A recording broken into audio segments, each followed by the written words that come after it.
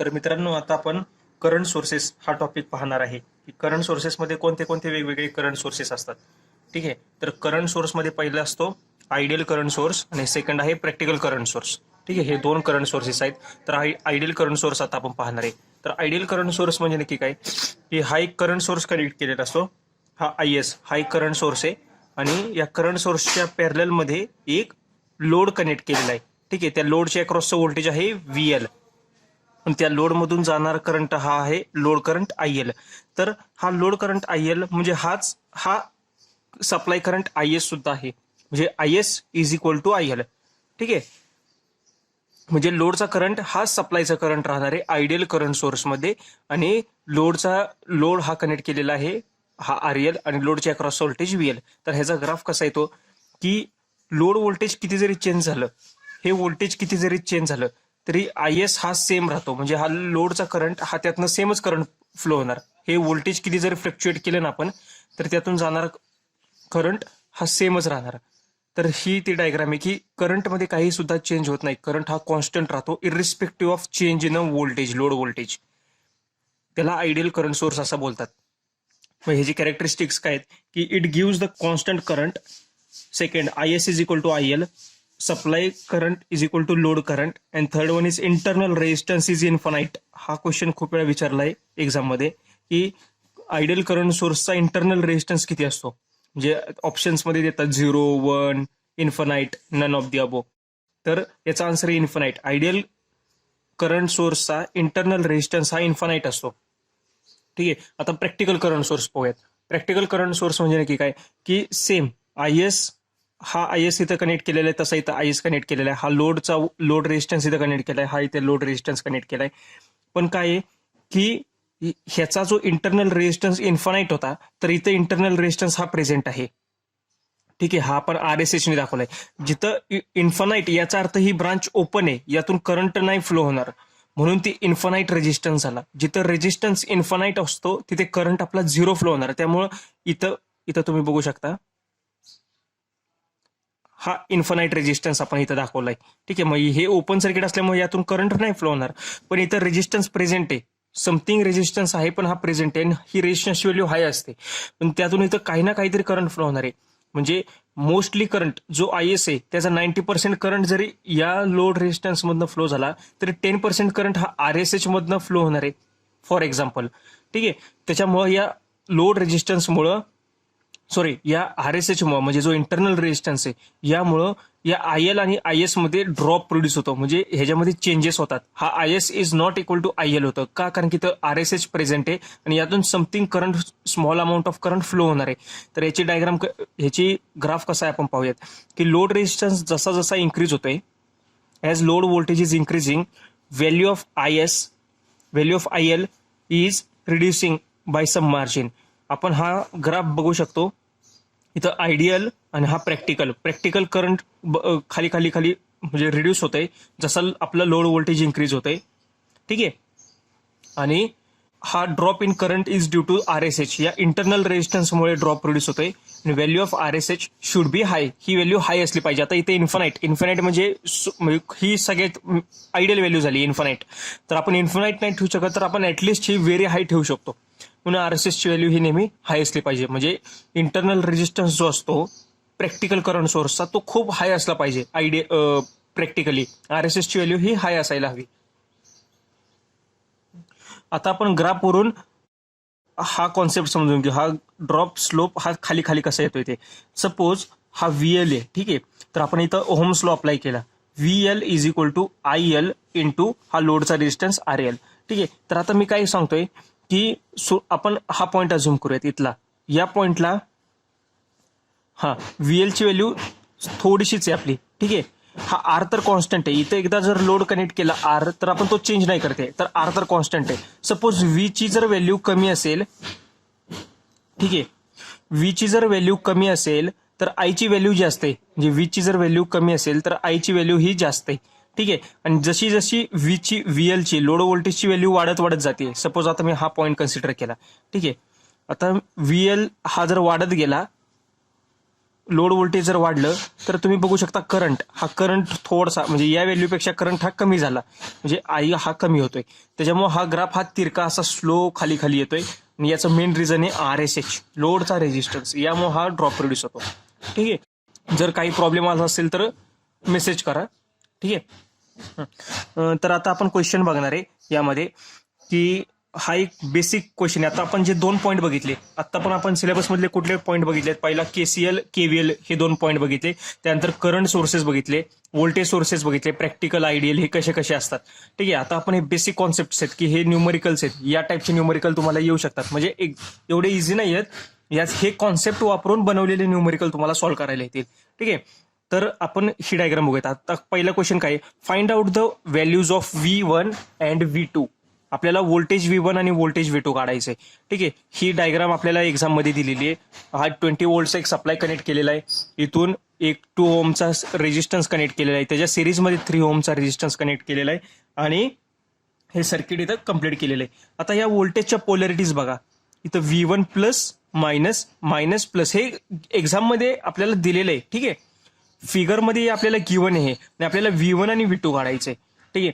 तर पहिल्यांदा तुमची स्टेप काय असणार, जर हा जर या टाईपचा क्वेश्चन पेपरमध्ये जर आला तर पेपरमध्येच यामध्ये मार्क करून घ्यायचं. नवीन ड्रॉ नाही करत बसायचं, वेळ नाही वाया घालवायचा. तर कसं करायचं, जर ऑनलाईन जर एक्झामला कुठला असा प्रश्न आला त्यावेळी तुम्हाला फक्त ड्रॉ करावा लागेल.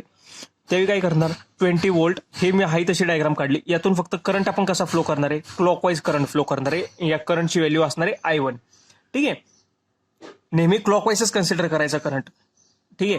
आता आपण काय करणार आहे, KVL अप्लाय करणार आहे. ठीक आहे. आता मी तुम्हाला हे पण सांगतो KCL आणि KVL कधी अप्लाय करायचा. इथं तुम्हाला नोड दिसतोय का बरं कुठं नोड, तर या पॉईंटमध्ये नोड नाहीये कुठे. ठीक आहे. म्हणजे 2-3 ब्रांचेस एका पॉईंटला मीट झालेले आहेत, असा पॉईंट नाहीये कुठे. त्यामुळे इथं आपण KVL अप्लाय करू. एक सिम्पल क्लोज लूप सर्किट आहे. मग आता KVL अप्लाय करताना मी सांगितलेलं करंट असा फ्लो होतोय, तर आपण इथून असं इथनं करंट बघूयात. आता तर असा करंट येतोय. ठीक आहे. तर हा करंट पहिल्यांदा मायनस या पॉईंटमध्ये जातोय, 20 व्होल्टच्या व्होल्टेज सोर्सच्या मायनस पॉईंटला इंटरिंग आहे. तर इथं -20 व्होल्ट, -20 मी असं लिहिलं. ठीक आहे. आता इथून करंट असा पुढे पुढे आला, त्यामुळं हा इंटरिंग टर्मिनल आहे. मी सांगितलेलं तुम्हाला की रेजिस्टन्सला, आता हे आपल्याला एक्झाममध्ये गिव्हनच आहे, त्यामुळे आपल्याला हे सेपरेट आपले कन्व्हेन्शन नाही घ्यायचे जर एक्झाममध्ये गिव्हन असतील तर. हा पॉईंट हे मी ॲज इट इज इथं लिहिलं. आता इथं प्लस मायनस, मग इथं पहिल्यांदा आपण इथं जसे मायनस ही पोलॅरिटी घेतली तशी आता ह्याची पोलॅरिटी काय घेणार आपण, प्लस V1 जसं दिलेलं आहे आपल्याला तसं. इथून करंट असा पुढे आला, हा करंट इथे आला, मग इथे पहिली पोलॅरिटी काय दिसते आपल्याला, मायनस, म्हणून इथं -V2 = 0. हे इक्वेशन समजलं तुम्हाला. ठीक आहे. त्यानंतर आता मी पुढे काय करणार, आपल्याला सांगितलं काय V1 आणि V2 काढायचे आहेत. मग मला आता V1 आणि या V2च्या व्हॅल्यू फाइंड आउट करायचे आहेत. तर मी आता एक basic simple Ohm's law apply करणार. ठीक आहे. मी आता काय करतो, इथे ओहम्स लॉ अप्लाय करणार. V1 = काय, आता ओहम्स लॉ कसा अप्लाय करायचा तुम्हाला सांगतो. करंटची व्हॅल्यू, हा जो करंट आहे I1, आपण डायरेक्शन कशी अज्युम केली आहे, क्लॉकवाईज डायरेक्शन आपण अज्युम केली आहे. ठीक आहे. तर करंट हा पॉझिटिव्ह टर्मिनलला आतमध्ये येत असेल, इथे बघू शकता आपण, हे असा करंट आहे ना, मग पॉझिटिव्ह टर्मिनलला तो आतमध्ये येत असेल आणि निगेटिव्ह पासून बाहेर जातोय. म्हणजे इनकमिंग जर पॉझिटिव्ह टर्मिनलला असेल तर व्होल्टेज हे पॉझिटिव्ह राहणार आहे. V = I1, त्यातला करंट जाणारा काय आपण अज्युम केला, I1 × R, R = 2 ohms. ठीक आहे. का, हे इथं पॉझिटिव्ह आहे. ठीक आहे. आणि आता V2 काढायचं आहे आपल्याला, तर हा करंट असा पुढे जाऊन असं इकडे येतोय, तर हा निगेटिव्ह टर्मिनलला आतमध्ये येतोय. त्यामुळे इथं -I1 × हा रेजिस्टन्स R3. ठीक आहे. हे प्लस मायनसचं समजलं का तुम्हाला. हा प्लस इथं कसा काय आलाय, कारण की पॉझिटिव्ह पॉईंटला, पॉझिटिव्ह व्होल्टेजला तो आतमध्ये येतोय, त्यामुळे तो रेजिस्टन्सचा सांगतोय फक्त मी तुम्हाला. पॉझिटिव्ह टर्मिनलला तो आतमध्ये येतोय, निगेटिव्हला बाहेर जातोय त्याच्यामुळं. आणि हा आतमध्ये येताना निगेटिव्हनी येतोय. ठीक आहे. एंटरिंगला हा निगेटिव्ह आहे, त्यामुळे इथे मायनस घेतलंय आपण. ठीक आहे. हे 2 समजले तुम्हाला. आता V1 आणि V2च्या व्हॅल्यू या इक्वेशन मध्ये सबस्टिट्यूट करायच्या. मग काय येणार, -20 प्लस 2I1, हा -3I1 = 0. हे इक्वेशन सॉल्व्ह केले की I1 या आयची, हा जो करंट आहे ना, या करंटची व्हॅल्यू आपल्याला आली 4 amperes. ठीक आहे. तर आता आपल्याला व्होल्टेज काढायचे V1. मग आता V1 = 4 × 2, 8 व्होल्ट. V2 = -4 × 3, -12 volts. ठीक आहे. तर हा V1 आणि V2 काढलेत. तर आता हे तर आपण काढले, हे व्हेरीफाय कसं करणार आपण आलेलं आन्सर. आता मी जसं सांगितलं केव्हीएल हा लॉ आपल्याला काय सांगतो, एका क्लोज लूप सर्किटमध्ये व्होल्टेजेसची जर आपण ऍडिशन केली, ठीक आहे, म्हणजे व्होल्टेज सोर्स असू दे आणि व्होल्टेज ड्रॉप असू दे, या सर्वांची जर बेरीज केली तर ती अल्जेब्रिक सम ही 0 यायला पाहिजे. हा आपला केव्हीएल लॉ सांगतो. आता मी काय केलं, -20 प्लस V1 किती आला, प्लस V1 8 मायनस V2 किती आला, -12. मग काय येतंय बघा तुम्ही, -20 बघा, -20 प्लस 8 हा -12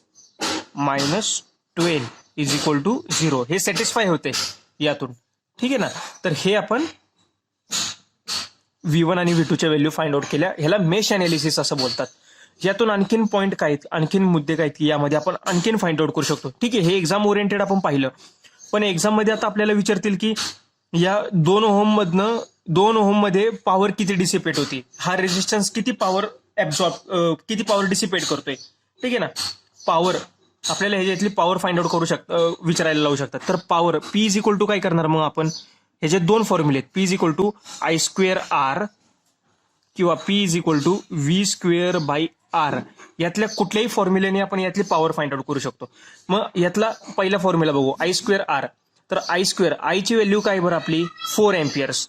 4 एम्पियर्स म्हणजे 4चा स्क्वेअर झाला 8, 4चा स्क्वेअर झाला 16 इंटू 2 32 वॅट एवढी पॉवर यामध्ये डिसिपेट झाली. आणि सेकंड फॉर्म्युल्यानुसार बघूयात, V², या 2 ओहमचं व्होल्टेज किती आहे, V1 किती आलाय आपला 8चा वर्ग किती आला 64 डिवायडेड बाय R2 आलं का, ह्याचा आन्सर 32. म्हणजे आपल्याला हे विचारू शकतील की याची 2 ओहम मध्ये होणारी पॉवर डिसिपेशन फाइंड आउट करा, हे आपण फाइंड आउट करू शकतो. ठीक आहे. आता सिमिलरली तुम्ही 3 ओहम या रेजिस्टन्स मध्ये होणारा पॉवर डिसिपेशन फाइंड आउट करा आणि टोटल सप्लाय पॉवर, आपण पॉवर किती सप्लाय केली हे सुद्धा फाइंड आउट करता येऊ शकतं. पॉवर सप्लाय, आता सप्लाय करणारा इलिमेंट कोणता आहे बरं यामध्ये, 20 व्होल्ट हा व्होल्टेज सोर्स हा सप्लाय करणारा एलिमेंट आहे. ठीक आहे. तर सप्लाय करणारा अजून पॉवरचा एक फॉर्म्युला काय सप्लाय करण्यासाठी, P is equal to V into I. हा सप्लाय साईडची जर पॉवर फाइंड आउट करायची असेल, पॉवर किती सप्लाय करतोय हे फाइंड आउट करण्यासाठीचा हा फॉर्म्युला आहे, P is equal to VI. मग व्होल्टेज किती आपलं 20 व्होल्ट इंटू करंट काय आपला सप्लायचा करंट किती आहे 4 एम्पियर्स इंटू 4 म्हणजे 80 वॅट. टोटल सप्लाय पॉवर किती झाली, आपण पॉवर सप्लाय किती केली 80 वॅट या 20 व्होल्टच्या व्होल्टेज सोर्सने सप्लाय केली पॉवर. यातली पॉवर या 2 ओहमच्या रेजिस्टन्स मध्ये किती पॉवर कन्झ्युम झाली 32 वॅट. तर रिमेनिंग ही यामध्ये, ठीक आहे, आणि रिमेनिंग पॉवर यामध्ये कन्झ्युम झाली. ठीक आहे. तर हे पूर्ण कॉन्सेप्ट आहेत. यामध्ये आपण पाहिलं की केव्हीएल कसा अप्लाय करणार, आपण करंटच्या डायरेक्शन बघितल्या, टर्मिनल हे इम्पॉर्टंट आहे, पॉझिटिव्ह निगेटिव्ह हे प्लस मायनस कसं घेतलं ते तुम्हाला समजलं असेल, हे पॉवरचे इक्वेशन समजले असतील, हे पण तुम्हाला विचारले जाऊ शकतील आता, कारण की हे बेसिक्स आहेत यातले. ठीक आहे.